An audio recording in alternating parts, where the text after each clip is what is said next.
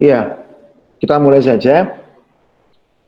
Jadi untuk segmentasi citra, ini kalau Anda sudah pernah mengambil mata kuliah PCD ya, atau pengolahan citra digital ya, di semester-semester awal ketika Anda kuliah di Teknik Informatika, itu paling tidak Anda pernah mengenal yang namanya deteksi tepi ya, atau edge detection, atau ya ada yang menyebut dengan deteksi sisi ya. Nanti juga Anda juga pernah belajar, pernah saya sampaikan juga di awal semester kalau nggak salah, tentang thresholding ya, pengambangan atau batas ambang untuk memodifikasi dari skala keabuan dari sebuah piksel ya yang ada dalam sebuah gambar. Nah, hari ini juga akan terkait dengan hal itu, di mana dalam computer vision sendiri yang namanya segmentasi citra itu juga bagian tidak terpisahkan dari proses ya, mulai dari pre-processing ya, kemudian sampai ke ekstraksi fitur, klasifikasi atau proses pengenalan ya, sampai ke outputnya berupa luaran yang itu nanti digunakan untuk apa gitu ya. Nah, salah satu model dalam proses di pengolahan citra termasuk di computer vision itu adalah segmentasi. Segmen itu kan artinya apa? Ya, kalau dalam bahasa harfiahnya bisa dikatakan pemisahan gitu ya. Segmen itu bukan hanya pemisahan, tapi dalam artian dia mengelompokkan ya, atau dapat dikatakan sebagai pengklasifikasian. Tapi di sini segmentasi ini terkait dengan nanti bagaimana mengubah ya pola piksel atau picture element dalam sebuah gambar itu untuk bisa dikelompokkan ya, atau diklasifikasikan ya untuk menghasilkan keluaran atau output ya, di mana itu dibutuhkan sebagai umpan ya untuk kebutuhan di proses selanjutnya seperti di pengenalan ya, atau di rekognisi ya, dan lain sebagainya. Ya, untuk dua hal topik yang nanti hari ini saya berikan, yaitu dasar awal adalah yang ini saya kasih tanda merah ini adalah edge base ya, jadi berdasarkan tepi ya. Nanti kita membahas tentang deteksi tepi. Meskipun Anda dulu pernah praktikum, Anda pernah mengenal teknik deteksi tepi dengan algoritma ada robot ya, ada macam-macam ya, Sobel dan seterusnya. Saya kira itu nanti masalah terkait dengan kernel atau mask ya, masking dari pola pengaturan di masing-masing perhitungan di pikselnya atau picture element. Nah, nanti juga yang kedua kita membahas tentang region base. Region base ini lebih nampak nanti jelas terlihat kita menggunakan pola yang nanti digunakan pada ini semacam thresholding yang ini sudah saya jelaskan di semester bukan di sebelum UTS kemarin, bagaimana pengambangan atau thresholding ini dilakukan untuk membantu memisahkan ya piksel yang kemarin itu kasusnya adalah dari grayscale ke binary picture atau citra biner yang hanya mengandung dua unsur yaitu 0 dan 1, hitam dan putih. Nah, untuk yang pertama kita membahas tentang mengenai edge base terlebih dahulu. Ya, jadi kalau kita bicara mengenai segmentasi, itu bagaimana kita tadi memisahkan atau mempartisi atau membagi ya, citra menjadi beberapa daerah atau objek. Karena citra itu kan umumnya adalah sekumpulan dari piksel yang notabene kalau kita perhatikan menggunakan diagram Cartesius, atau kalau Anda pernah belajar tentang grafika komputer, ya, piksel itu berjajar dari sumbu tengah, titik nolnya di tengah, nanti ke sumbu X berjajar ke kanan gitu ya, dan juga dari sumbu tengah ke sumbu Y yang berjajar ke bawah. Jadi ini kalau di diagram Cartesius katakanlah di kuadran 2 ya. Jadi kita tapi tidak mengenal negatif. Tapi layar itu kan intinya sumbu X positif, yang ke bawah sumbu Y positif juga. Nah, partisi ini nanti diperlukan ketika kita mau mencoba untuk tadi mengetahui atau lebih mendetailkan sebuah gambar, sebuah citra yang itu digunakan untuk apa gitu ya. Kalau misalkan digunakan untuk dalam dunia medis misalkan untuk mengetahui seberapa besar kanker misalkan atau tumor yang ada dalam sebuah tubuh manusia misalkan. atau dalam USG ya, ultrasonografi yang pengen mengetahui seberapa sih ukuran dimensi seorang bayi atau baby yang ada di kandungan ibunya misalkan. Itu semua sudah bisa dideteksi menggunakan proses itu. Nah, dalam pendekatan atau approachment di dalam deteksi tepi itu ada dua hal yang dibahas di dalam segmentasi, yaitu discontinuity dan juga similarity. Ya, ini dua pendekatan yang sama-sama digunakan, tapi kalau untuk partisi citra menggunakan discontinuity itu lebih cenderung ke masalah deteksi tepinya. Nanti ada Robert, ada Sobel, ada Prewitt, ya, Kenny, ya, dan seterusnya. Saya kira Anda sudah pernah belajar itu di semester awal ketika praktikum di pengolahan citra ya, menggunakan MATLAB. Nah, yang kedua mengenai pendekatan similaritas atau kesamaan. Ya, kalau yang pertama mengenai pendekatan discontinuity atau diskontinuitas ya, jadi beberapa hal yang tidak nyambung itu dijadikan satu sehingga nanti akan terbentuk satu garis yang itu bisa menjadi tepi dari sebuah wujud gambar, ya, yang itu dikatakan dengan deteksi tepi. Tapi kalau untuk yang kedua, pendekatannya adalah pendekatan similaritas atau similarity ya. Ini mempartisi citra menjadi daerah-daerah yang memiliki kesamaan sifat tertentu atau region base. Nah, ini contohnya yang sudah pernah kemarin Anda kerjakan juga di sebelum UTS itu mengenai thresholding. Ya. Thresholding itu batas ambang, threshold itu kan batas ambang atau pengambangan. Bagaimana kita kemarin itu mencoba untuk memisahkan ya dua buah kelompok citra dalam sebuah gambar. Kalau kita kemarin lihat ada citra dengan skala keabuan 0 sampai 255 alias 256 unsur warna yang berbeda meskipun hanya dalam skala keabuan ya, grayscale. Tapi di situ kita bisa menggunakan threshold dengan model N atau K berapa. Misalkan N atau K-nya adalah 100, sehingga yang 0 sampai 100 katakanlah menjadi warna 0, ya, yang 100 ke atas sampai 255 menjadi warna 1. Itu kemarin pendekatannya seperti itu untuk merubah dari grayscale ke citra biner. Nah, untuk yang pendekatan edge based atau pendekatan berbasis deteksi, ya, deteksi tepi ya, atau tepi, sisi atau tepi, ya, itu kekurangannya belum tentu menghasilkan sudut atau tepi yang kontinu ya. Kontinu itu artinya berkesinambungan. Kadang-kadang titik-titik ya seperti ini di sini, ini ada yang terputus gitu ya. Karena memang kernelnya yang diolah itu biasanya memang kalau unsur citra keabuannya itu tidak stabil, maka dia tidak bisa menghasilkan sebuah deteksi tepi yang optimal. Nah, ini contoh prosedur ya untuk melakukan yang namanya proses deteksi tepi. Ya, ini contohnya dengan operator gradien gitu ya. Ya, sehingga masukannya adalah citra grayscale. Semua yang digunakan untuk deteksi tepi itu harus sudah melalui proses untuk perubahan. Jika warnanya dari warna RGB, red dan green blue ya, itu diolah dulu menjadi warna grayscale atau warna keabuan yang notabene adalah warna 8 bit dari 0 ya sampai 255. Nah, ini contoh prosedur mulai dari citra masukan, kemudian masuk ke deteksi tepi dan sehingga akan menghasilkan citra tepi yang nanti bisa tampak dalam sebuah layout atau gambar yang dibutuhkan. Kalau dalam dunia medis kita butuh untuk mendeteksi berapa ukuran dari sebuah gambar yang digunakan, ya kita bisa menggunakan dari hasil citra tepi ini seperti apa. Nanti ada contohnya. Nah, untuk yang discontinuity ini ya terdiri dari deteksi titik, ya, deteksi garis dan juga deteksi sisi.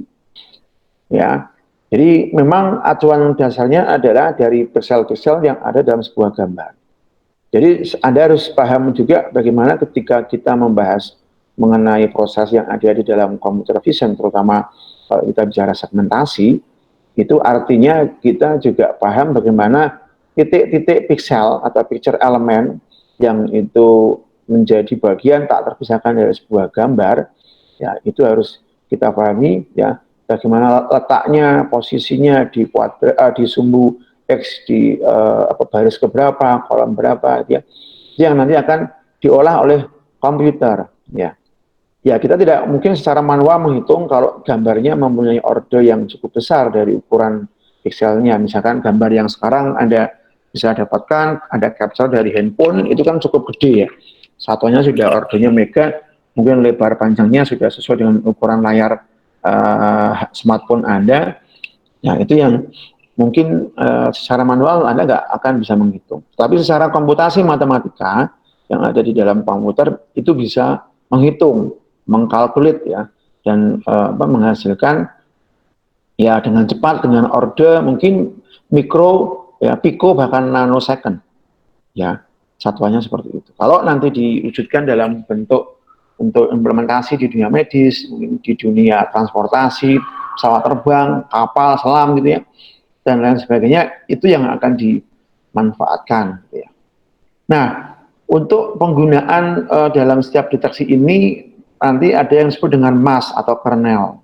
Saya yakin Anda sudah pernah dapat bagaimana cara penghitungan mask, kernel. Kalau dulu namanya mungkin operasi ketetanggaan atau neighborhood ya, perhitungan pakai kotak-kotak kayak catur itu, kemudian nanti ada menghitung dengan rumus rumus perkalian ke bawah, kurangi perkalian ke kanan sehingga menghasilkan unsur citra yang baru ya, unsur skala keabuan yang baru. Itu sudah pernah, saya yakin Anda pernah ingat gitu ya ketika proses di praktikum MATLAB di semester awal. Nah, khusus untuk deteksi tepi atau edge detection dapat menggunakan cara-cara yang telah dibahas ya. Kalau kita pernah membahas tentang Robert, Sobel, Prewitt, Laplacian, Kenny detection gitu ya, itu sudah ada semua. Saya pernah nulis artikel paper menggunakan Kenny detection, tapi untuk citra yang citranya itu citra real time atau video.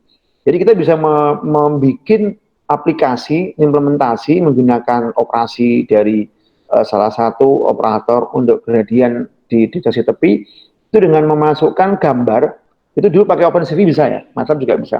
Jadi kita punya inputan gambar real time dari kamera, ya.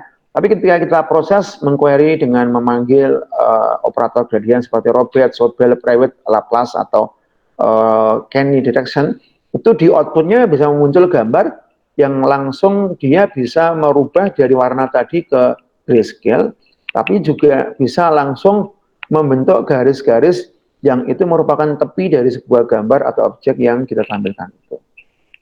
Nah, ini pernah saya bikin sebuah karya paper ya, diterbitkan juga waktu itu, dan alhamdulillah banyak yang mensitasi di situ menggunakan untuk beberapa tulisan paper, skripsi dan lain sebagainya gitu ya. Oke, ini contoh yang paling simpel ketika kita harus mengetahui bagaimana sebuah model komputasi matematika yang berbasis deteksi tepi tadi itu bisa untuk menemukan atau mengetahui atau menunjukkan ya sebuah titik yang namanya juga deteksi titik ya atau dot detection. Contoh di sini ini yang namanya kernel tadi ya atau mask tadi. Ya, ini saya kira Anda nanti kalau di komputasi MATLAB, matematika dengan MATLAB, dengan program manual, ini pasti digunakan ya untuk proses itu gitu ya. Nah, kalau kita bisa lihat, ini adalah A, ini B, C, D, seperti ini ya. Ini A, ini B, ini C, ini D, ya. Sehingga di gambar 10.2 ini, A itu merupakan point detection mask-nya atau kernelnya. Yang nanti ini digunakan acuan untuk perhitungan ketetanggaan atau neighborhood ya calculation antara pixel-pixel yang ada dalam sebuah gambar ini. Ini kan sebuah gambar ini kan pasti terdiri dari puluhan bahkan ratusan pixel yang berjejer secara horizontal dan juga berjejer secara vertikal ke bawah. Ya, sebuah gambar unsurnya pasti ada sekitar sesuai dengan berapa panjang dan berapa lebar dari ukuran gambar itu digunakan. Ya, sehingga ini gambar contoh di sini adalah contoh sinar X ya, atau sinar X-ray dari gambar X-ray dari sebuah turbine blade ya dengan poros gitu ya. Nah, ini kita abaikan gambar ini apa? Tapi bagaimana ini kelihatan nggak? Dari titik sini menuju ke gambar ini, menuju sebuah titik ini di layar laptop atau handphone Anda ini muncul nggak, Mas, Mbak? Titik ini muncul nggak? Kelihatan, Pak. Kelihatan ya. Oke. Jadi ini bagaimana kalau kita nanti bisa menentukan mendeteksi sebuah titik ya dari proses gambar yang memang ini tidak hanya titik tapi ada perubahan yang frontal di sini di antara beberapa gambar yang lain, sehingga dengan proses yang dinamai ini, yang B ini sinyal gambar aslinya, kemudian yang C ini yang ini itu adalah apa namanya poin untuk di deteksinya gitu ya, sudah di change, sudah dirubah menjadi seperti ini, sehingga untuk poin yang D-nya itu nanti muncul ya, muncul hasil dari perhitungan yang menghasilkan titik yang merupakan atau notabene hasil dari ini tadi proses dari gambar aslinya seperti itu. Nah, ini untuk deteksi tepi, deteksi titik atau detection gitu ya. Nah, ini yang garis ya, Mas dan Mbak ya, ini yang garis. Kalau nanti ada deteksi titik atau dot detection, ini ada line detection. Jadi untuk line detection atau deteksi garis itu sebenarnya tinggal kernel atau mask yang digunakan ya. Ini kalau dilihat dari gambar di sini, ini kita menggunakan teknik ya minus 45. Kalau kita bicara kuadran 1, 2, 3, 4 itu kan ada sudut ya. Kalau kita titiknya adalah 0 di sini, kalau misalkan 45 itu adalah ke bawah ini adalah 180 derajat, ke sini 90, ini 270, sini 0. Kalau 45 itu di sini, tapi kalau minus 45 itu kira-kira di sini, dari titik 0 ini ke sini. Nah, ini gambar ini adalah sebuah proses deteksi tepi yang dia menggunakan kernelnya adalah kernel minus 45 derajat. Sehingga yang makan tampak apa? Ya garis-garis yang sejajar dengan minus 45 derajat. Bagaimana kalau nanti kita rubah kernelnya menjadi kernel yang 45 derajat? Ya pasti yang akan muncul garisnya ada di sini. Tegak lurus dengan yang minus tadi, ini sini, yang juga di sini. Ya. Kalau bagaimana yang horizontal? Oke, kalau yang horizontal ya pasti yang akan muncul adalah garis yang cuma satu ini, horizontal. Kalau yang vertikal bagaimana ya? Kalau vertikal ya pasti akan muncul garis yang vertikal seperti ini. Nah, ini proses yang ada di deteksi tepi. Anda mungkin tidak perlu memikirkan bagaimana model matematisnya untuk memproses deteksi titik dan deteksi garis, ya semua sudah ada, nanti tinggal Anda cari library-nya di MATLAB atau di OpenCV, Python dan sebagainya, sehingga nanti bisa Anda coba pahami ya. Karena kalau dari codingnya pasti akan banyak. Untuk pemrograman saya nggak akan bicara mengenai coding bagaimana untuk meng-create atau menghasilkan dari hasil deteksi garis ini, tapi minimal Anda secara pemahaman konsep teorinya itu paham dulu ya, bagaimana untuk mengetahui kalau kita menggunakan kernel atau masknya adalah minus 45 sehingga yang akan terdeteksi adalah seperti ini. Ini gambaran konsepnya seperti itu ya. Nah, kalau yang 45 yang bagaimana? Ya di sini. Ya, kalau minus 45 segini. Minus 45, kalau yang 45 adalah ini. Jadi kalau seperti ini diproyeksikan, ini gambar aslinya tergantung dari masknya atau kernelnya seperti apa yang dipakai. Nah, ini saya yakin Anda sudah pernah mencoba menghitung model seperti ini ya. Dengan ini adalah satuan-satuan angka-angka yang sudah diputuskan ya dan sudah dinamai menjadi sebuah model yang itu digunakan secara umum ya di dunia pengolahan citra dan computer vision. Nah, ini contoh yang paling mungkin bisa Anda perhatikan. Kalau kita bicara mengenai dunia medis, jadi implementasi dari deteksi ya, baik itu titik, deteksi tepi, deteksi garis, itu umumnya itu pasti digunakan untuk berbagai macam implementasi. Tidak akan pernah sesuatu teknologi itu dibikin, diciptakan, di-create tanpa ada tujuan kemanfaatannya. Nah, justru yang kita ambil manfaatnya dari semua proses yang ada di dalam ini pengembangan teknologi sekarang ini, itu pasti muaranya adalah implementasi gitu ya. Kalau kita bicara mengenai konsep seperti ini ya kita bicara mengenai dasar pengetahuannya seperti apa ya, saintifiknya bagaimana, prosesnya bagaimana gitu ya. Bukan kita tidak mau tahu, tetapi paling tidak mencoba secara konsep itu minimal sebagai orang di akademik yang paham tentang IT itu minimal kita mengetahui. Jangan sampai nanti gumunan gitu ya. Loh, ini ada deteksi tepi kok bisa muncul seperti ini, caranya gimana gitu ya, dan seterusnya. Bahkan ini nanti prosesnya kalau di computer vision itu dapat diimplementasikan ke berbagai hal. Termasuk nanti di rekognisinya macam-macam ya. Ada rekognisi untuk menghitung tadi perhitungan di USG, perhitungan volume dari mungkin baby dalam perut ketika di USG, atau mungkin penyakit yang ada di badan itu berapa besarnya gitu ya.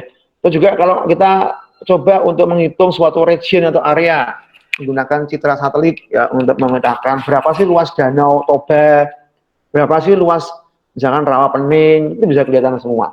Berapa sih luas rawa pening yang sekarang tertutupi dengan enceng gondok, itu bisa terdeteksi semua. Dan itu bagian dari riset yang nanti bisa ya pasti akan menghasilkan sesuatu yang itu bermanfaat. Atau ketika kita ingin membuat sebuah implementasi ini dalam computer vision, kalau Anda mungkin pecinta batik ini ya, heritage-nya kita batik, mungkin Anda ingin membuat rekognisi dengan membuat atau memodelkan gambar batik yang Anda pakai itu dibikin menjadi implementasi deteksi tepi, sehingga kira-kira akan muncul seperti ini. Nah, nanti dari sistem Anda akan bisa mendeteksi, oh ini batik Udan Riris, oh ini batik Tejo Kusumo, atau ini batik apa Parang Kusumo, Parang Baris gitu ya. Itu nanti akan kelihatan semua. Nah, pasti kalau kita menginjak ke masalah implementasi terkait dengan rekognisi atau pengenalan, ya pasti akan ada proses training di sana. Tapi kita nggak akan bahas training dulu, kita bahasnya adalah dari sisi tadi, segmentasi dulu yang ini yang memang dasarnya di computer vision itu digunakan. Nah, contoh yang ada di deteksi tepi yang ini misalkan, saya nggak tahu ini gambar apa ya, tapi ini jelas di dunia medis, misalkan ini ada kanker misalkan ya, ada kanker yang sudah mengakar di tubuh manusia misalkan, di otak atau mungkin di badan kan kita nggak tahu. Tapi minimal dari sisi medis kita dengan menggunakan teknologi IT ini bisa ketahuan gitu ya. Ketahuan, jadi alat-alat yang dipakai dokter, alat-alat yang dipakai oleh rumah sakit itu pasti merupakan proses yang diperoleh dari hasil pengembangan di bidang IT seperti ini. Jadi orang-orang medis, orang-orang yang sekarang menguasai di dunia di luar IT itu pasti tidak akan pernah lepas yang namanya IT ya. Semuanya mau ada sekarang ke Indomaret, ke Alfamart, ke Superindo, semua ya barcode ya, mau apa namanya QR code, itu semuanya orang IT yang meng-create ya. Termasuk ketika Anda sekarang teknologi-teknologi yang bisa mendeteksi dalam masa pandemi ini misalkan ya suhu yang kemudian untuk mendeteksi sistem panas yang masuk ketika dari bandara gitu ya. Termasuk beberapa alat-alat yang dibikin ya, oleh dunia medis sekarang itu pasti akan berkolaborasi dengan IT gitu ya. Jadi tidak perlu khawatir orang IT itu akan tidak dapat porsi ketika dia mencoba mengimplementasikan keahliannya, karena hampir semua lini kehidupan sekarang itu menggunakan model itu. Bahkan sekarang di dunia marketing aja ya, online, medsos ya, juga dunia marketplace itu semua pasti akan berhubungan berkaitan dengan IT. Nah, salah satu implementasi dari computer vision ini memang ke arah sana, ya. Yang paling simpel adalah itu ketika kita belajar belanja di minimarket ya, itu sudah penggunaan IT bis banget ya. Bayangkan seorang apa namanya yang mbak atau masnya yang jaga di kasirnya minimarket itu kan tidak mungkin ya seperti kakek nenek kita, seperti dulu ibu saya sudah meninggal, tapi ketika masih muda dia punya toko gitu ya, punya warung, dan itu hafalan semua, harga rokok, harga beras itu hafal semua di luar kepala ya. Sekarang kan tidak mungkin. Sekarang Anda nanya coba karyawan Indomaret, karyawan Alfamart, hafal nggak harga roti, harga permen itu? Mereka nggak akan hafal karena dasarnya adalah penggunaan IT bis yang sudah diimplementasikan, dimudahkan sehingga orang itu tinggal pakai gitu ya, dan seterusnya. Ya, ini di deteksi tepi ini contohnya seperti ini. Jadi bagaimana proses untuk merubah dari citra asli ya. Kalau citra asli manusia bisa melihat ya ini gampang. Oh, ini citra dari sebuah jaringan saraf sebuah kanker yang ada di dalam tubuh manusia tapi diperbesar gitu ya. Ya, secara mata manusia bisa. Tapi kan namanya komputer nggak mungkin proses itu langsung mengenali, oh ini kanker, oh ini enggak kan. Makanya komputer diajari dulu bagaimana dia menyeleksi mengklasifikasi sehingga merekognisi, mengetahui itu gambar apa. Ya. Nah, ini PR manusia yang bekerja di belakang itu. Nah, ketika proses gambar asli seperti ini, ada original image seperti ini, ya kita menggunakan proses yang pertama ini pakai dikatakan ini B ya. Jadi ini A, B, C, D, E, F, G. A, B, C, D, E, F, G. Jadi ini adalah gambar asli. Ini kita menggunakan Sobel gradient, artinya dia menggunakan deteksi tepi dengan algoritmanya Sobel. Sobel itu kayak private, ya, kayak canyon detection gitu ya, untuk mengetahuinya. Coba lihat di sini. Ini di sini putih ya, putih, ada grayscale abu-abu. Tapi di sini dia bisa memisahkan ini. Jadi batangan, katakanlah batangan saraf atau batangan mungkin serat yang ada di dalam tubuh manusia ini, dia bisa dideteksi seperti ini. Dia bisa muncul garis tepi saja menggunakan Sobel ini. Ya. Kemudian diproses lagi menggunakan spasial Gaussian ya. Ya, ini namanya proses Gaussian ya, spasial Gaussian. Ini model matematis.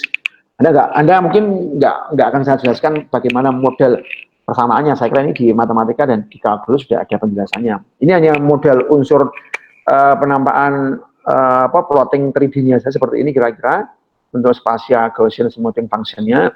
Kemudian juga ada ini untuk Laplace ya, untuk proses di Laplace menggunakan kernel atau mass seperti ini. Ini mass atau kernelnya Laplacian gitu ya. Ini di log itu di logaritmik ya. Ini dari proses tadi, dari gambar yang ini tadi, kemudian dideteksi tepi, kemudian di proses log itu kayak dikembalikan, tapi masih dalam kondisi belum utuh, gitu ya. Nah, baru muncul setelah ini jadi seperti ini, kita proses menggunakan thresholding. Nah, ini yang sudah pernah kemarin saya sampaikan. Threshold itu berarti ada pemisahan dua unsur citra. Ini yang paling simpel kan pakai threshold yang biasa. Tapi ada threshold yang kemarin kan ada threshold yang menggunakan dua batas thresholding, ada adaptive thresholding gitu ya, yang sudah saya terangkan kemarin. Itu bisa menghasilkan ini.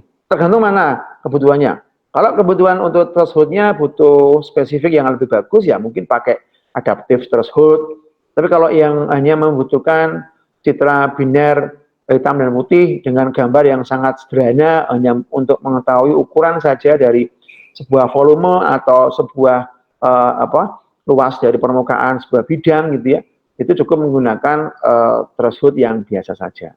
Nah, ini yang proses yang ke F ini hasil ya dari threshold yang merupakan proses thresholding dari log gambar yang sudah diproses menggunakan Laplacian dan juga Gaussian tadi di sini. Nah, hasil akhirnya itu adalah ini zero crossing-nya seperti ini. Ya, ini sebenarnya mirip ya dengan yang ada di deteksi tepi menggunakan Sobel di poin B tadi. Yang di sini. Ya. Tetapi ternyata ini nampaknya lebih detail. Ya, lebih detail dan setiap benda, setiap wujud objek itu bisa terdeskripsikan dengan gambar, itu lebih menjadi sebuah kesatuan wujud benda yang saling terhubung antara sudut yang satu dengan yang lainnya. Artinya dalam sebuah objek itu, misalkan ini, objek batangan atau lingkaran ini dia jadi sebuah objek, gitu ya. Sebuah objek yang komplit, tidak terputus, hanya garis ya. Ini masih mungkin belum maksimal ya, karena hanya yang nampak hanya batangan saraf yang depan ini, yang kecil-kecil nggak nampak. Tapi dengan proses yang sedemikian rupa tadi, ini sudah bisa menghasilkan citra yang notabene dia bisa menghasilkan ini citra yang sudah terdeskripsi dengan gambar jelas seperti ini. Dan manfaatnya apa? Nah, pasti dari sisi medis misalkan kalau diimplementasikan, ini bisa digunakan untuk menghitung. Misalkan, oh berapa sih volume permukaan kanker yang sudah ada dalam tubuh manusia? Oh, ini kelihatan ini luasnya, ini yang batangan ini misalkan kalau dihitung secara otomatis ya, ini misalnya berapa mili kubik, ini berapa senti gitu ya. Sehingga nanti bisa diakumulasi, dikalkulasi gitu ya. Bisa mengetahui seberapa estimasi prediksi ya dari sebuah wujud gambar yang diproses tadi. Itu sama persis ketika kalau mungkin nanti Anda mbak-mbak yang nanti mengandung putra dan putrinya, ketika nanti pergi ke dokter, Ya, ketika mungkin usia kandungan berapa bulan itu di USG ya, menggunakan 3D atau 4D itu bisa kelihatan. Bahkan alatnya yang dimiliki oleh rumah sakit atau dokter itu bisa langsung memberikan spesifikasi detail dari besaran janin bayi itu. Ya, diestimasi ya. Jadi kalau misalkan usianya baru 3 bulan, dia langsung muncul di situ berapa sentimeter, dengan estimasi beratnya berapa. Nah, dia kan tidak menghitung ya, tidak ada timbangan di dalam perut, tapi kan dengan estimasi ukuran shape bentuk tadi itu ternyata dari dunia medis bisa memperkirakan, memprediksikan, memforecast ya, menghasilkan output yang itu paling tidak menjadi ini ya representasi dari sebuah objek yang di capture tadi. Jadi kalau misalkan usia 3 bulan, oh ini baru sekitar 6 on misalkan babynya. Oh, usia 6 bulan sudah 1,5 kilo misalkan. Di usia 9 bulan sudah mencapai mungkin 3 kilo misalkan. Itu semua dari sistem alat yang saya sendiri pernah lihat ya. Itu di USG ultrasonografi yang 4D atau 3D itu bisa kelihatan semua. Bahkan sekarang dunia medis itu sudah luar biasa ya. Kita bisa melihat janin di dalam perut itu sudah seperti wujud aslinya. Warnanya ya coklat seperti kulitnya manusia gitu ya. Bisa kelihatan matanya, hidungnya, rambutnya, persis ya seperti apa yang dilihat di luar. Padahal kan itu kan sebenarnya kan kehendak Tuhan, kehendak Allah kan mungkin belum membolehkan manusia mengetahui ya siapa di dalam perut itu cowok atau cewek gitu ya. Tapi ketika manusia bisa mendahului dalam tanda kutip kehendak Tuhan untuk mengetahui, memprediksi isinya perut seperti apa, ya, itu nggak ada salahnya karena manusia diciptakan untuk bisa berproses, untuk bisa tadi minimal bukan melampaui tapi minimal bisa mengetahui rahasia ya kekuatan atau kekuasaan Tuhan itu seperti apa.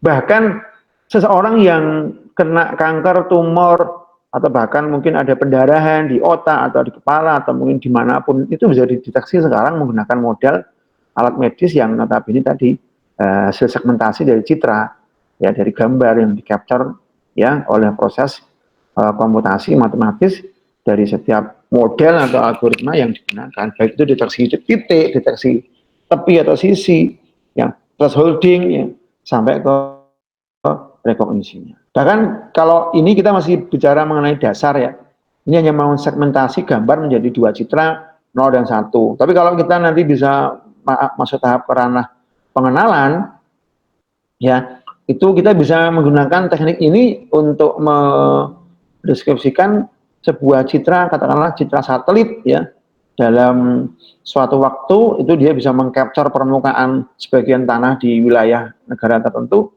Dia bisa memprediksi, oh ini tanah gambut, oh ini tanah yang hijau, oh ini tanah ini ya, itu bisa dihitung. Tapi menggunakan citra warna ya.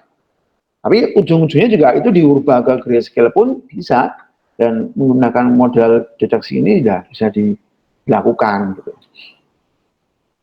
Ya, kemudian di dalam proses deteksi ya, deteksi tepi dan juga nanti threshold yang lainnya itu kita mengenal yang namanya edge linking dan boundary detection ya. Jadi edge linking ini, link itu kan, linking itu artinya apa sih? Pengelingan gitu ya, pengelingan tepi, karena banyak sekali nanti noise atau patahan-patahan ketika ini tadi di gambar yang ini kayaknya memang sepertinya saya lihat hampir semuanya nyambung ya. Tapi ini di sini nih ada titik tengah, di sini ada yang tidak nyambung, ada yang putus, ada pasti ada. Sehingga muncul ini edge linking dan boundary detection. Nah, hasil dari deteksi tepi ini seringkali tidak menghasilkan sisi yang lengkap. Gambarnya tidak jelas, terpotong, patahan gitu ya. Ada karena pencahayaan, sisi iluminasi ketika mengcapture gambarnya dan lain sebagainya. Sehingga proses yang diperlukan setelahnya adalah yang dinamai dengan edge linking. Ya, edge linking itu ya dari pengelingan sudut atau tepian atau sisi dari sebuah citra yang dipakai. Nah, nanti ada namanya local processing dan juga ada local processing dengan teknik graph teoretik. Nah, ini cukup rumit ketika Anda harus saya ajak bicara mengenai ini. Tapi minimal Anda secara konsep tahu ya, nanti secara konsep tahu bagaimana, oh deteksi tepi itu seperti ini. Butuh yang namanya edge linking dan boundary detection untuk bisa diproses, mengurangi, mereduksi noise yang ada di dalam sebuah citra. Ini ada local processing, nanti menggunakan kernel mask ketanggaan atau neighborhoodnya 3x3 atau 5x5, ini jadi 5 kali 5 piksel atau 3 kali 3 piksel nanti bisa menghasilkan 1 piksel yang baru. 5 kali 5 atau 3 kali 3 yang baru menghasilkan piksel yang baru lagi. Nah, itu namanya neighborhood atau unsur ketetanggaan analisis. Jadi menghasilkan citra dalam sebuah piksel berdasarkan citra yang ada di sekitarnya atau di tetangganya. Jadi citra di tengah pasti dia akan terpengaruh dari citra yang ada di 3 samping kanan, 3 samping kiri, gitu, dan seterusnya. Tidak mungkin citra dalam wujud di titik pojok sini dia akan dipengaruhi oleh citra di ujung sini. Ya bisa, tapi tidak mungkin karena yang namanya ketetanggaan itu dia pasti akan menjadikan proses hitungan-hitungan citra itu dihitung dari tadi neighborhood atau ketetanggaan dari piksel yang ada di seputar atau di lingkungan piksel dari citra yang akan kita hitung atau kita rubah. Nah, ini rumus-rumusnya saya nggak akan menjelaskan, malah bikin pusing nanti. Tapi minimal ada yang namanya local processing dan juga ada yang namanya global processing. Ya, ini local processing. Nah, ini kira-kira seperti ini. Ya, ini yang katakanlah kita menggunakan fungsi yang local processing. Kenapa disebut dengan local processing tadi? Ya, jadi contoh ini ada gambar sebuah mobil. Ya, ini diproses. Kalau langsung menggunakan proses deteksi tepi biasa, menggunakan gradient Sobel, Prewitt, Kenny, atau Laplacian, itu mungkin gambarnya tidak bisa sedetail ini. Yang di ujung poin D, ini kan A, ini B, ini C, ini D, gitu ya. Tidak bisa menghasilkan gambar yang seperti ini. Tetapi oleh yang namanya local processing, kita bisa melihat gambar yang sejelek ini, segelap ini, ya ini kalau pakai adaptif local thresholding aja mungkin juga tidak bisa maksimal, apalagi yang pakai pengembangan tunggal ya, itu nggak bisa maksimal. Tetapi dengan model seperti ini dia bisa diatur, disetting mulai dari pengaturan yang namanya ini gradien di sini adalah sumbu X, sumbu Y atau vertikal, yang ini adalah sumbu X-nya atau secara horizontalnya. Sehingga ketika ada combining atau penggabungan itu langsung bisa terdeteksi model seperti ini. Ya, nah ini contoh yang digunakan untuk di local processing yang tadi mengatur ketetanggaan. Ini paham nggak ya?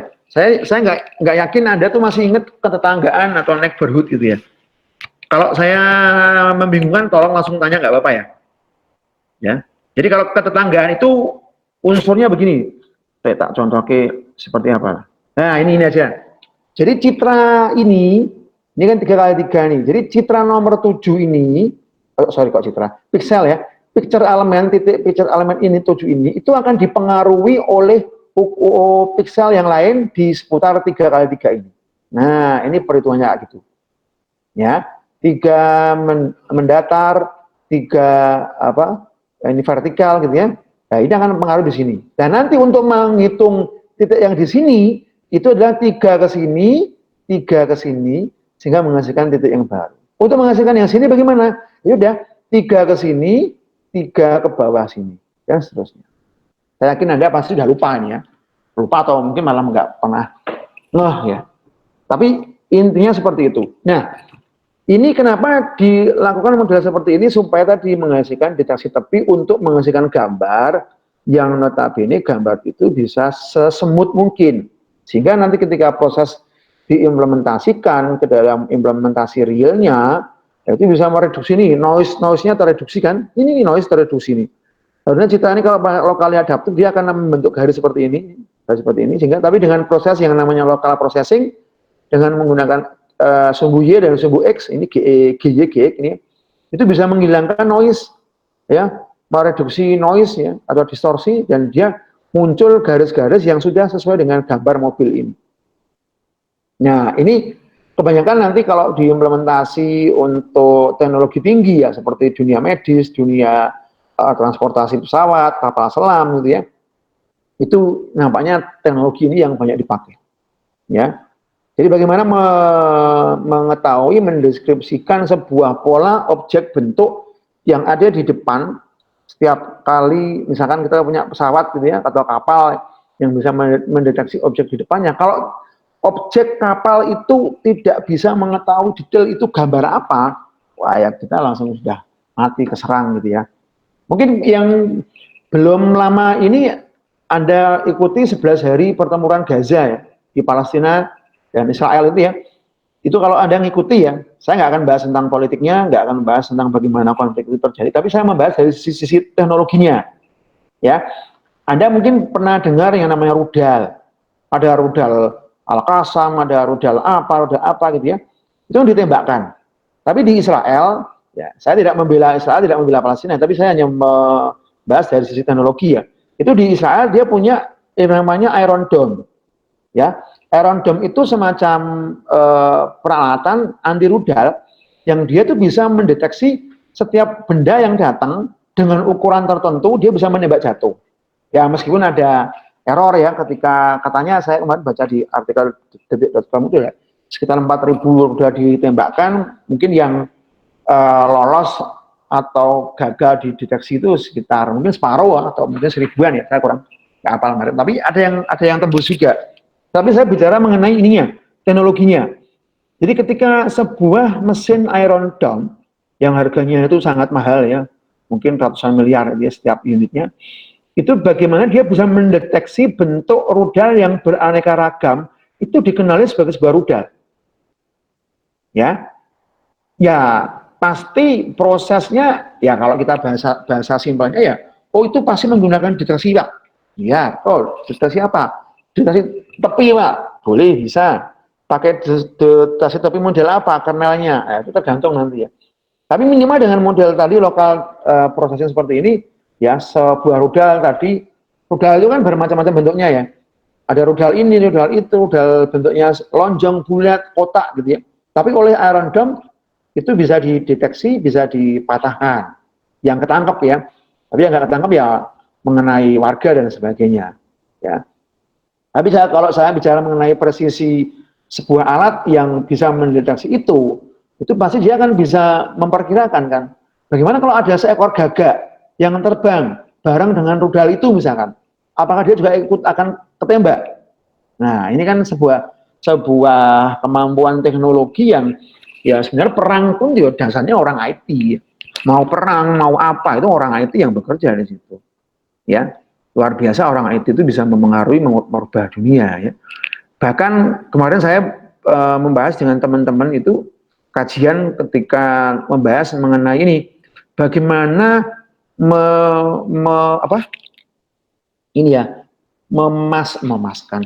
mencari titik lokasi koordinat yang pas ya ketika perang antara Palestina dan antara Hamas Palestina dengan Israel itu terjadi itu seperti apa.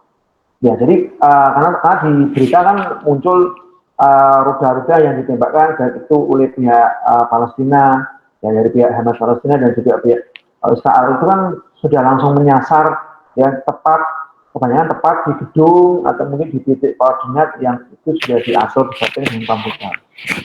Ya kalau kita menembak berdasarkan titis-titisan kayak kita nembak menggunakan ini ya panahan atau mungkin pakai pistol manual itu ya itu by feeling ya. Tapi kalau ketika menembak jaraknya adalah ratusan kilometer dari tempat menembak itu kan nggak mungkin lagi ya, dengan menggunakan mata telanjang ya. Pasti akan menggunakan model ya tadi kita ada Google Maps sekarang ada proses bisa mapping lokasi bahkan sekarang kalau kemarin saya di Rebo ke Jakarta itu karena bingung cari tempat di Jakarta itu menggunakan smartphone saja kita kan sekarang sudah bisa mengetahui ya dengan speed mobil yang kita kendarai di jalan tol itu berapa itu real time dengan data yang muncul di smartphone kita. Padahal dasarnya adalah satelit ya kan? Citra satelit itu bisa memberikan feedback ke smartphone kita untuk mengetahui berapa sih speed dari mobil yang kita naiki di jalan tol itu. Bahkan ketika saya compare antara speedometer yang ada di depan driver dengan smartphone yang saya pegang dengan Google Map, itu persis. Ketika dia mencapai 130 km per jam, di HP saya juga muncul segitu. Ketika dia turun di 80 km per jam, yang muncul segitu. Nah, artinya apa?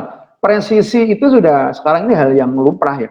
Makanya ketika ada peperangan yang bisa menembakkan seperti itu dengan mengambil sumber koordinat titik ya seperti itu ya. Sekarang ini sudah eranya era perang teknologi, era kemampuan IT yang diharapkan gitu ya. Jadi beda dengan zaman tahun 45 ketika tahun berapa ya? 45 ya. Nagasaki dan Hiroshima dibom dengan menggunakan bom dari Amerika, bom apa namanya itu? Nuklir ya.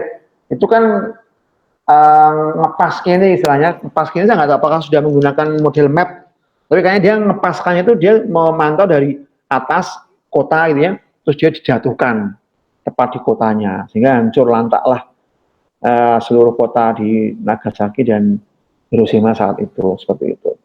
Tapi kalau sekarang mungkin enggak ya, peluncuran sudah enggak lagi menggunakan pesawat terbang yang harus membawa beresiko membawa rudal, membawa bom gitu ya. Tapi cukup dengan pelontar yang itu bisa diatur dari jarak ratusan bahkan ribuan kilometer. Jadi ya ini juga kekhawatiran dunia juga nanti ketika perang ya, ada perang antar negara yang notabene sudah menguasai teknologi seperti itu. Misalkan kita sudah punya teknologi ya yang cukup handal. Kita misalkan bermusuhan dengan negara tetangga, misalkan Singapura atau misalkan Timur Timur lah. Dan kita tahu kota Singapura atau kota Timur Timur di kota di sana tepat di daerah mana, terus kuadrat apa namanya garis bujur lintangnya seperti apa, itu tinggal pencet aja, tinggal masukkan kodenya, udah langsung ke sana, nggak perlu pakai pesawat lagi. Karena apa? Ya mappingnya jelas. Termasuk itu juga tadi melokalisir ketika tadi Iron Dome tadi bisa menjatuhkan roket, ya karena roketnya sudah terdeteksi, nggak tahu tuh pakai deteksi tepi atau deteksi apa, tapi jelas menggunakan proses IT, ya pre-processing di computer vision-nya dengan order kecepatan yang cukup tinggi. Nah itu yang mungkin harus kita sikapi di dunia IT, karena yang namanya komputasi itu tidak akan berarti kalau prosesnya lambat. Saya saja melakukan penelitian di pengenalan wajah, itu saya akan menghitung computation time, waktu komputasi ya. Jadi sebuah handphone, smartphone Anda dalam mengenali wajah Anda untuk membuka kunci handphone Anda, itu kalau lambat, itu kan juga males kan. Kalau Anda pakai fingerprint atau data finger untuk membuka, unlock handphone atau smartphone Anda, kalau lama itu kan juga Anda males kan. Nah, dengan order satuan mikro, piko bahkan nano bahkan piko second, ya itu yang akan digunakan apa? Model atau algoritma apa yang bisa mempercepat, itu pasti akan digunakan.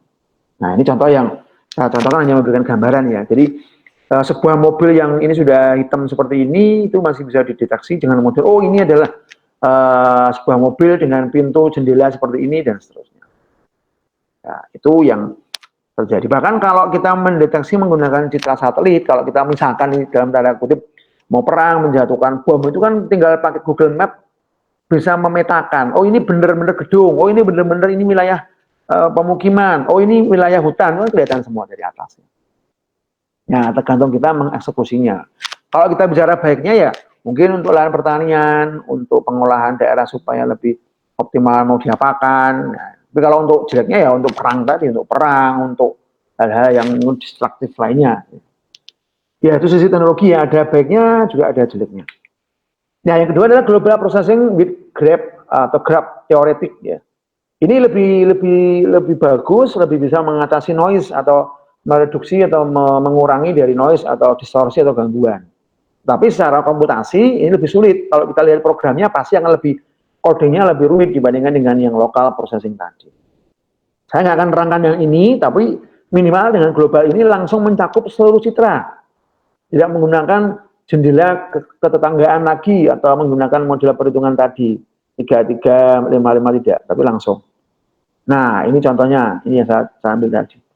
Jadi prosesnya adalah misalkan ini dihitung ya langsung diukur seperti ini, ya mulai dari baris teratas dan berakhir di baris terakhir, ya ini, nah seperti itu, sehingga muncul hasilnya seperti ini di kolom ini, di baris ini ya berubah menjadi piksel dengan citra keabuan ya. Nah, ini contohnya. Ya. Ini contoh yang dipakai ini gambar yang kecil ya. Kromosom itu kan kecil. Tapi ini mungkin skalanya dia diperbesar menggunakan mikroskop ya atau loupe, sehingga sebuah kromosom ya, siluet kromosom itu katakanlah bagian terkecil di dalam senyawa atau unsur badan manusia ya, atau mungkin unsur yang lain ya, yang bisa dipakai dan ini diperbesar sehingga bisa menghasilkan gambar seperti ini. Ini image of noisy chromosome, silhouette, and its boundary in white yang putih ya, yang dideterminasikan menggunakan tadi local graph tadi ya, menggunakan ini ya, graph teoretik ya. Nah ini seperti itu kira-kira. Nah ini yang pertama. Nah sekarang saya mau mencoba untuk membahas yang mengenai yang kedua, mengenai region base. Ini nggak panjang saya kira karena waktunya juga terbatas. Untuk region base itu awal sebelum UTS kemarin kita sudah membahas tentang thresholding ya. Ada juga nanti kita bahas mengenai region growing, region merging and splitting, juga clustering serta hybrid. Nah ini thresholding. Jadi kemarin kalau kita membaca histogram dari proses thresholding kira-kira seperti ini. Nah saya pun juga sanksi ini. Apakah Anda dari mahasiswa semester 8 ini masih ingat ya yang namanya histogram? Saya yakin ada beberapa yang nggak paham tentang histogram, ya. Histogram itu apa? Mungkin ada yang nggak paham. Ya. Histogram itu kalau kita lihat contoh, nah ini coba lihat.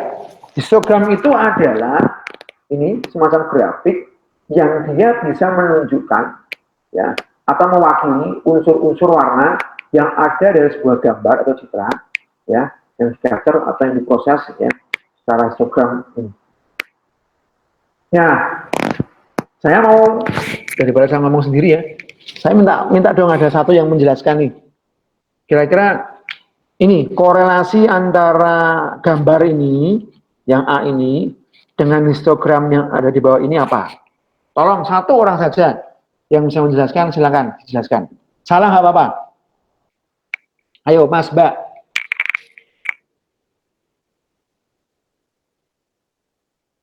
Paham enggak? Ada yang mampu jelaskan enggak?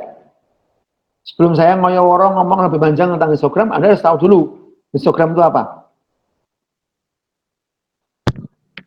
Silakan. Itu nganu Pak, komposisi warna abu-abunya yang lebih banyak itu dari 191 sampai 255 itu lebih tinggi, lebih banyak maksudnya komposisi warnanya daripada yang hitam. Itu warna apa? Itu mewakili warna apa? Mewakili warna abu-abu sama hitam, Pak. Ini kan Iya. fungsinya itu kan yang hitam ini kan ibaratnya kalau di komposisi gambarnya lebih sedikit. Jadi ini yang dari 0 ini sedikit toh peaknya. Enggak. Oke. Kalau saya boleh nanya, kira-kira Anda mendeskripsikan, ini kan ada dua ini ya, gunungan histogram ya. Ya. Yeah. Antara ini dengan ini itu mana yang mewakili dari objeknya dan mana yang mewakili dari backgroundnya? Coba. Oh, kalau yang mewakili dari objeknya itu yang di dekat 0 ini Pak, peaknya. Oh ini. Ya. Oke. Kalau yang ini mewakili apa? Yang background. Soalnya ini yang komposisinya lebih banyak. Oke, ini pemahaman Anda. Oke, saya yakin ada teman-teman ada yang belum paham enggak kira-kira? Dari mahasiswa ada yang masih belum paham enggak? Ya, ini tadi Mas siapa tadi? Mas siapa? Vido, Pak. Oh iya, Mas Vido. Oke, Mas Vido saya kira cukup paham ya untuk menjelaskan ini. Pasti acuannya adalah skala keabuan dari masing-masing pixel, gitu ya. Jadi kan unsur citra warna dalam sebuah gambar ini gambar apa sih? Gambar kunci ya. Gambar ada 3 buah kunci ya, yang ini disilangkan ini satu. Ya, tadi betul disampaikan oleh Mas Rido ya. Ya. Intinya citra skala keabuan itu kan antara 0 sampai 255, betul ya. Artinya dari 0 sampai 255 ini kan tiap satuan ukurannya itu mewakili dari sebuah warna. Mulai dari 0 sampai 255. Mas Rido, saya nanya lagi. Kira-kira ini yang 0 ini cenderung ke warna yang hitam atau yang putih, Mas? Yang hitam. Oke. Karena ini mau 0 warna hitam, yang ini berarti yang 255 putih ya. Oke. Ya, betul. Jadi ini analisis dari Mas itu betul. Karena komposisi dari pixel yang ada di dalam gambar ini lebih banyak yang warnanya lebih terang ya Mas ya. Yang dari ukurannya kan lebih banyak yang terangnya, jadi dia skala keabuannya mungkin lebih rendah, lebih tinggi, sehingga warnanya dia mendekati warna putih. Ya, betul. Kira-kira yang lain paham nggak ini? Yang dijelaskan Mas Rido ini? Paham ya? Paham, Pak. Pahamnya kok lemah, belum makan. Belum, Pak. Belum? Nah, kok sama? Kalau kuliah makan dulu ya. Jangan sampai nanti Anda pingsan, saya nggak tahu, nggak kelihatan di kelas ya. Oke, jadi tadi yang diterangkan Mas itu betul. Ya, saya cukup itu. Jadi pemahaman tentang histogram saya kira sudah banyak yang paham karena sudah pernah dipraktekkan. Saya akan balik ke sini lagi. Nah, ini thresholding itu kan seperti ini. Kemarin kan kita bicara mengenai thresholding yang single threshold dan juga multiple atau pengembangan yang menggunakan T1 dan T2, gitu ya. Nah, tadi ini korelasinya sama seperti yang tadi disampaikan Mas Rito. Jadi segmentasinya akan dipisahkan berdasarkan titik T yang ini kita bagi jadi dua, sini ke sini, jadi nilai 0, atau kalau dibindarkan jadi warna hitam, kalau ini yang ke sini T ke atas jadi warna putih, dan seterusnya. Besarnya ini, banyaknya gunungan ini kalau saya bilang, tergantung dari banyaknya piksel yang mewakili dari gambar yang ada. Tadi betul analisanya Mas Rido. Jadi ini warnanya yang lebih gelap, ya lebih hitam, itu nampaknya lebih sedikit dibandingkan dengan total piksel yang ada dalam gambar ini. Sehingga tadi benar disampaikan untuk yang hitam itu nampaknya hanya terwakili oleh gunungan citra yang ada di sini. Ya, sedangkan yang abu-abu atau mungkin ke arah warna putihnya terang itu diwakili oleh sini. Ya, betul. Nah, segmentasi menggunakan model thresholding ini tetap prosesnya kalau kita ada citra warna pasti akan dirubah jadi RGB to gray dulu ya, karena memang kasusnya kalau di pewarnaan citra itu ya pasti ujung-ujungnya adalah ke sana, karena grayscale itu sudah mewakili cukup. Kalau pakai, kenapa Pak nggak pakai RGB aja sih? RGB itu bagus dari sisi validasi atau apa ya, autentikasi datanya, tetapi kalau dari sisi komputasi ya yang namanya manusia aja kalau disuruh ngitung pakai 2 tangan, jari tangan kan cepet ya Mas ya. Tapi nek disuruh ngitung pakai 5 tangan kan tambah pusing kan. Nah, artinya apa?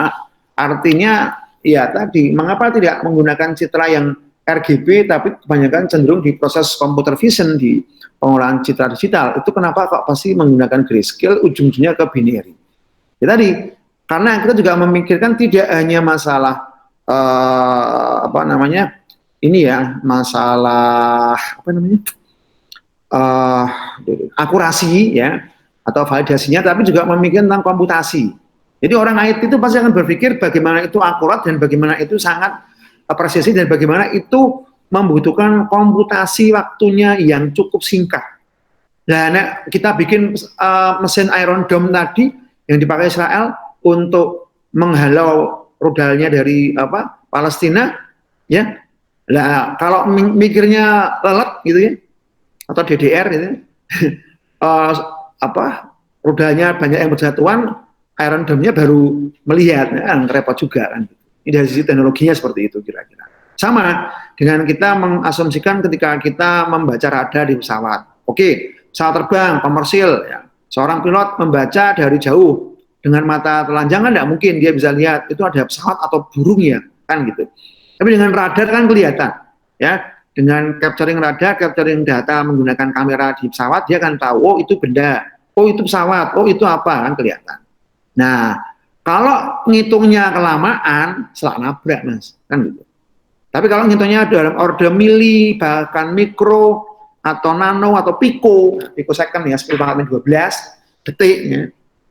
Nah, itu yang artinya dia bisa lebih efisien dan efektif. Makanya kalau ditanya kenapa sih nggak pakai RGB, nggak pakai warna, ya di komputasi itu butuh sesuatu yang cepat. Kalau kita bahasnya tentang hanya mengenai rekognisi itu ya enggak valid ya. Orang itu harus berpikir akurasi dan juga berpikir tadi efektivitas mengenai komputasi time-nya atau waktu untuk proses perhitungannya. Hampir semua alat seperti itu. Nah, kita pegang handphone aja, kalau handphonenya lelet ya malas kan. Tapi kalau handphonenya cepat ya, memorinya besar ya, tidak banyak data yang dipakai, aplikasi kan cepat seneng gitu. Oke, ini sudah. Nah, kemudian juga ada namanya pendekatan region based. Jadi setelah ada pendekatan yang pertama tadi mengenai untuk threshold di area, kita juga ada region based. Region based itu kekurangannya kadang di pemodelan ini belum tentu menghasilkan wilayah-wilayah atau region yang bersambungan atau berkesinambungan. Sehingga perlu penggabungan di situ ya, penggabungan join di situ sehingga muncul prosedur yang itu dapat digunakan. Nah, region based kira-kira nanti untuk modelnya konsepnya seperti ini, nah saya unggah di materi ya.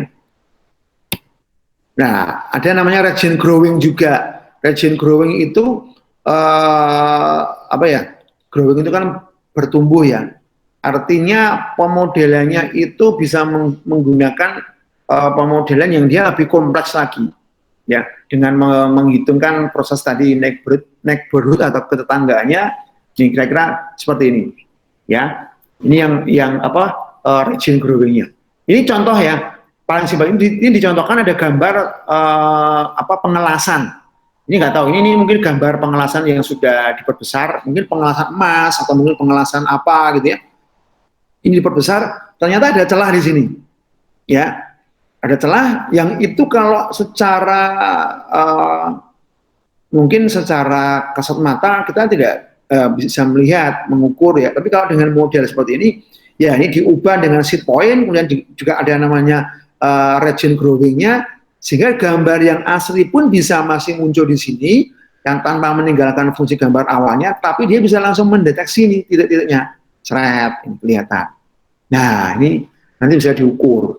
Jadi nggak harus dimodelkan tadi semacam biner dari grayscale ke biner, tapi cukup dengan model seperti ini dia bisa menghasilkan gambar yang real seperti original image-nya, tetapi dia juga bisa langsung memberikan ini deskripsi atau ini penggambaran dari ini katakanlah ini cacat ya, cacat kelas gitu ya, atau misalkan ini ada kekurang kompakan dari model weldingnya atau pengelasannya sehingga diketahui oh ini seperti ini muncul, sehingga kita akan mengetahui ada celah apa sih, mungkin kebocoran dalam sebuah sistem, mungkin pesawat terbang dalam pengelasannya atau weldingnya itu ada bocor enggak sehingga angin bisa masuk enggak, atau mungkin kapal selam gitu ya. Nah, itu semua bisa dipakai di sana.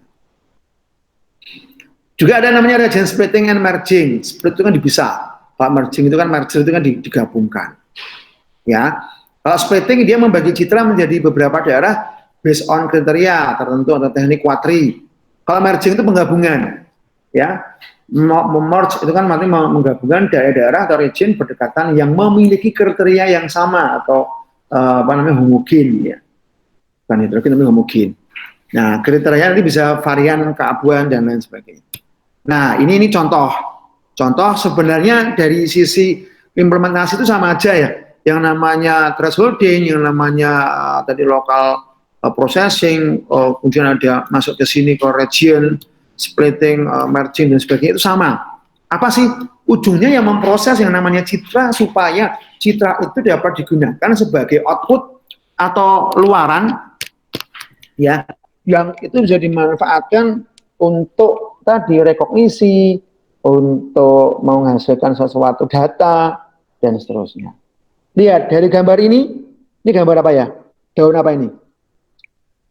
Dari sini ke sini itu kan kalau kita proses pakai model biasa kan gampang ya, pakai sharpness adjustment atau brightness adjustment juga bisa ini, atau mungkin pakai histogram equalization juga bisa. Tapi dengan dari data ini ke sini, ini original image-nya masih ada serabut-serabutnya, kemudian di split dan di merge ya, itu sehingga dia bisa muncul gambar yang lebih di laptop saya lebih terang ya, lebih terang dan titiknya lebih jelas. Nah, ini contoh yang ada di proses yang namanya splitting dan merging. Ini konsep dasar ya. Jadi teknik untuk pemodelan segmentasi itu banyak sekali yang dipakai. Cuma kadang sekarang juga bundling di dalam sebuah sistem kalau kita belajar mengenai Python, mengenai OpenCV, mengenai MATLAB itu semua sudah ada. Ya, cuma konsepnya ada orang IT harus paham. Ya, minimal seperti ini seperti itu. Kalau implementasi mah itu ranahnya levelnya orang-orang yang ini ya user atau aplikasi person ya yang hanya mengotak-atik hasil pengolahan di datanya, tapi yang sebagai konseptornya atau yang memikirkan langkah dasar awalnya ya ini PR orang-orang IT yang notabene harus ngerti dahulu bagaimana model, pemodelan, algoritma, ya, metode dan sebagainya. Ujung-ujungnya apa? Ujung-ujungnya setiap penelitian, setiap riset itu setiap saat pasti akan berubah lebih baik. Bahkan model deteksi saja, dulu hanya deteksi tepi itu hanya Robert, Sobel, Prewitt, tok. Muncul Kenny, muncul ini, muncul itu gitu ya. Ada Laplace, ada Gaussian gitu ya. Dan itu dikembangkan oleh semuanya orang-orang matematik ya, orang matematika. Jadi orang IT itu sebenarnya dia dasarnya adalah dari matematika. Ya, orang matematika berpikir logis dengan menggunakan logika sehingga bisa menghasilkan sesuatu yang seperti ini yang kita rasakan. Dan kedepannya apa? Semua teknologi IT terutama di computer vision, ya, termasuk segmentasi ini pasti akan menghasilkan sesuatu barang atau output atau produk atau luaran. Dia memiliki spesifikasi yang pasti akan lebih bagus dari metode atau algoritma sebelumnya, tapi dia mempunyai efektivitas dan tingkat akurasi atau bahkan validasi itu lebih optimal. Dengan komputasi waktunya atau computation time-nya itu lebih kecil. Mungkin kalau nanti ordernya sekarang ini mili ya, nanti jadinya mikro, jadinya nano atau pico, bahkan nanti mungkin ke apa ya, hanya pico itu apa ya, super pico atau apalah ya, artinya itu ordernya sudah lebih dari 10 pangkat min 12. Nah itu lebih apa ya, detail lagi. Bahkan kalau kita bicara mengenai wujud fisik aja ya, komputer dulu segede rumah, sekarang segede laptop, bahkan segede handphone jadi komputer. Ya, IC dulu besar-besar, sekarang IC hanya kecil nempel di motherboard atau di PCB-nya smartphone. Ya, nggak usah jauh-jauh lah, flash disk ya. Dulu orang untuk menyimpan hanya 128 megabyte itu butuh kepingan CD yang cukup besar, ya. Atau apa namanya dulu sebelum flash disk, sebelum CD itu apa namanya? FDD ya, floppy disk drive. Anda mungkin nggak kenal ya. FDD itu bentuknya kotak, ya. Ada lapisan di dalamnya itu ada ferromagnetik untuk penyimpanannya, ini ya. Nah, itu Disket, Pak. ya, oke. Ya kalau dulu namanya saya namanya FDD ya, floppy disk drive ya. Disket, Pak. Oh iya, disket ya, bener. Sampai lali aku. Dulu SD itu, Pak. SD ya, saya udah kuliah itu. Ya itu disket betul, tapi orang kita nyebutnya disket, tapi kalau aslinya namanya FDD mas, floppy disk drive. Tapi orang Jawa nyebutnya disket lah, gampang. ya itu penyebutan. Jadi ada yang 5/4 in, jadi disket pertama itu 5/4 in, ada yang 3,5 in gitu ya. Saya kuliah pun dulu masih pakai itu gitu ya. Untuk bikin laporan itu masih pakai itu. Muncul lagi CD ya, CD-ROM ya, read only memory, CD RW ya. Kemudian muncul lagi apa namanya ini? USB ya. USB ya, Universal Serial Bus untuk penyimpanan yang sekarang ini sudah gila-gilaan. Bayangkan dulu disket itu untuk menyimpan hanya 128 mega ya, dengan incinya mungkin 5/4 in lebarnya. Sekarang USB itu hanya kepingan PCB kecil saja itu bisa 128 giga. Nah, artinya apa? Penemuan IT itu ke belakang atau ke depan itu tambah mengecil ya dari sisi fisik, tetapi dari sisi kemampuan makin optimal. Bahkan percepatannya tidak hanya dikalikan dua tidak, tapi pangkat 2 ya. Pangkat terus. 2 pangkat 2, 2 pangkat 3, 2 pangkat 4 dan seterusnya. Jadi percepatannya tidak hanya linear tapi apa? Eksponensial ke atas. Nah, itu yang terjadi. Ya. Dan juga ada namanya K-means clustering, ini nanti digunakan untuk beberapa teknologi, tidak hanya digital tapi juga untuk mungkin ke sistem pakar, ke yang lain ya, ada juga mungkin nanti untuk added value di DSS juga ada, saya nggak akan jelaskan. Ya, ada namanya hybrid and region base, ya, itu yang nanti banyak dipakai. Sampai ketemu minggu depan. Assalamualaikum warahmatullahi wabarakatuh.